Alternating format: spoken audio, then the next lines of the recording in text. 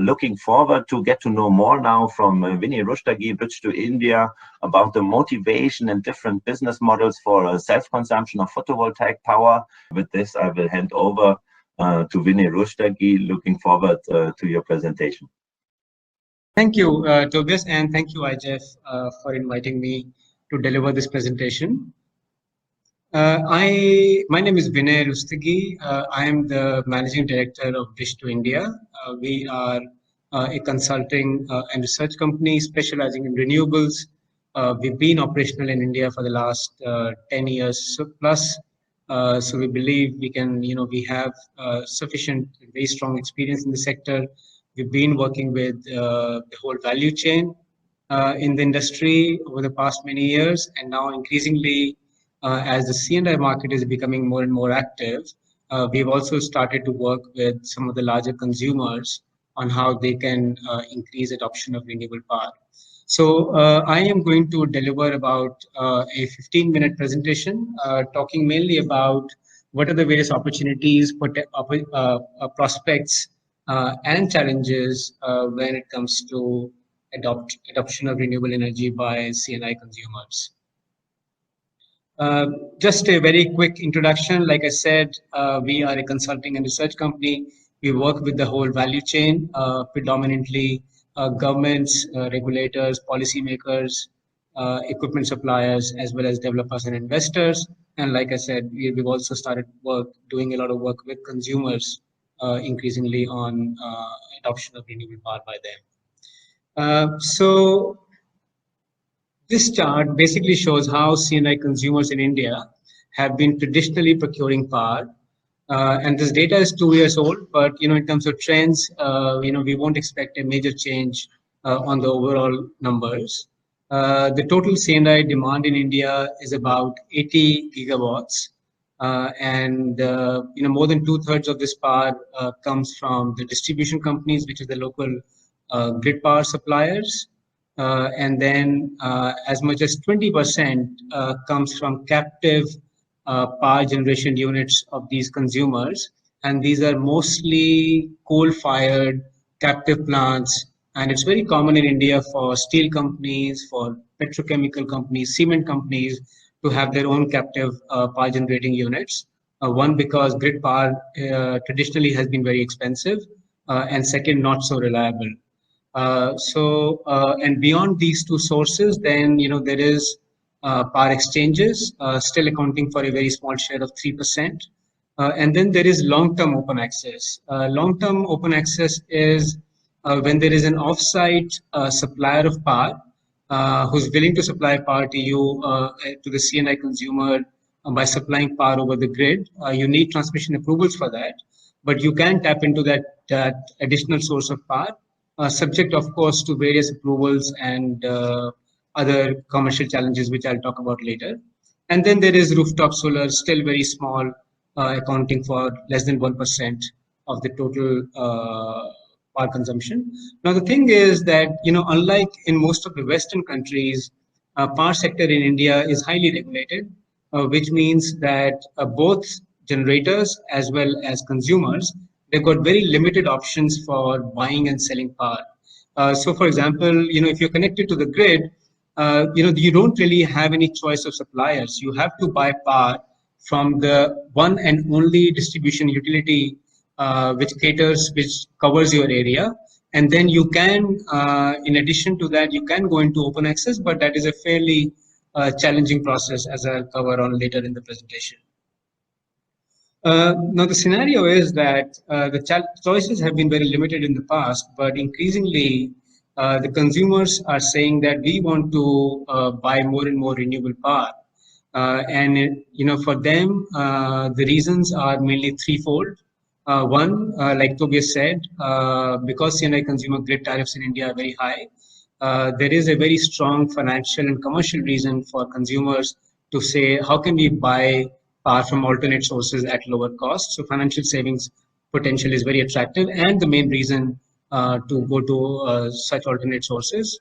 The second reason, of course, is that many large consumers are saying they want to reduce their carbon emissions. And indeed, we see that many companies are not only adopting targets, ambitious targets like RE100 and so on, but they're actually accelerating the timetable for adoption of renewable power. So we've seen many companies saying by 2025, for example, they want to switch to 100% renewable power because they want to reduce their carbon emissions. And third, there is something called renewable power purchase obligation. It's a regulatory uh, obligation for applies to select consumers, large consumers who are already buying open access power or who have thermal power captive units, and they are obliged to procure 10 to 20% of their total power consumption from renewable sources. So these are the three main reasons why consumers want to switch to renewable power. And the options available to them are listed on the right. First, we have rooftop solar, which in my view is a no-brainer. So rooftop solar, all consumers are free to build a rooftop solar system on their roof.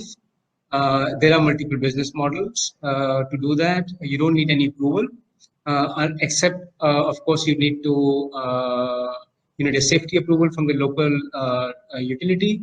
And then, when you want to connect the plant to the grid for a net metering connectivity, then again, you need an approval for that. Then we have open access. Open access is an offsite plant supplying power to you over the grid. The difference between rooftop solar and open access, in my view, is that rooftop solar is limited by the amount of rooftop space you have, and in most cases cannot cater to more than 10 to 15% of the total power requirement. So really, if you want to go to 50% or 100% renewable power, then you have to go to open access, because these are large projects spread over hundreds of thousands of acres of land and can supply you renewable power in large quantums. The challenge, of course, is that you need an approval to use the grid. You need land, acquire large parcels of land, which is a fairly challenging process in India. And then you need also process approvals for setting up the transmission connectivity, etc.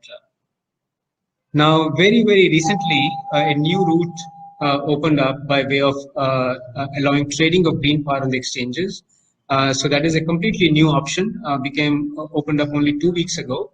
And we expect that this route will become popular over a period of time, but still I think the volumes are very, very small. And then finally, we have renewable energy certificates, which can be purchased at a cost. And that option, in our view, is not very attractive because the cost of these certificates is much higher than trying to buy renewable power directly for you. Now, this is just a very quick illustration of the financial viability. The blue bars show the variable grid tariffs across some of the leading states. And then the two green bands, they show what is the cost of rooftop solar power or the open access solar power. And clearly you can see that there is a big savings potential, which is providing the main thrust for consumers to switch to renewable power. When it comes to both rooftop and open access, there are new business models opening up. The two main choices, of course, are one, the consumers do it themselves, they self-finance the system and own the system, or they can go to a third party which can develop the system, own the system, take all the responsibility and sell the power to you under a long-term PPA. And both these markets, CapEx as well as OpEx, are now fairly mature and developed, both for rooftop solar as well as open access. And then RECs, as you can see, last year, there was a total volume of about 2,000 plus megawatts for RECs as well. In terms of the market activity, as you can see, both rooftop solar and open access have been growing very rapidly, almost like more than 100% year on year. But last year has been a bit challenging. We've seen a bit some policy issues. There have been some duties which have gone up on import of modules, etc., because of which the market has slowed down. But I think we do expect this trend to be temporary and the growth trajectory to resume very shortly. Just coming back to, what would, under what circumstances would you prefer OPEX versus the CAPEX model? I mean, on the face of it, OPEX model where a third party comes in and takes all the responsibility is a win-win proposition for both the consumer and the project developer because you are outsourcing all your responsibility, all your risk, conserving the capital for your core business, and then buying power at a very attractive price.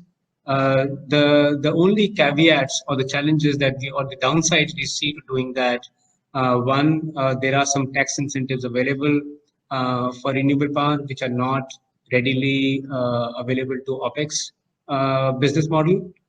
Second, of course, you have to sign a long-term PPA, provide power offtake guarantees, sign up to various events of defaults, etc. So that can be a little bit onerous. Many consumers don't like such kind of long-term binding commitments.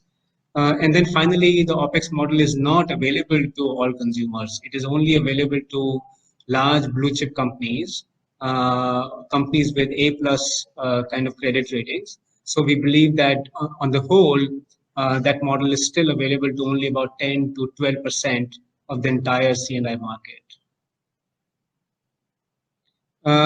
This slide just shows very quickly who are the major active players, both in rooftop solar and in open access.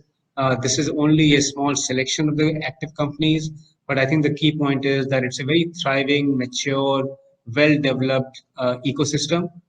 There is lots of capital available for investment in PVA-based projects. Many private equity companies, oil and gas companies, institutional players are keen to work with C&I consumers under the OPEX model.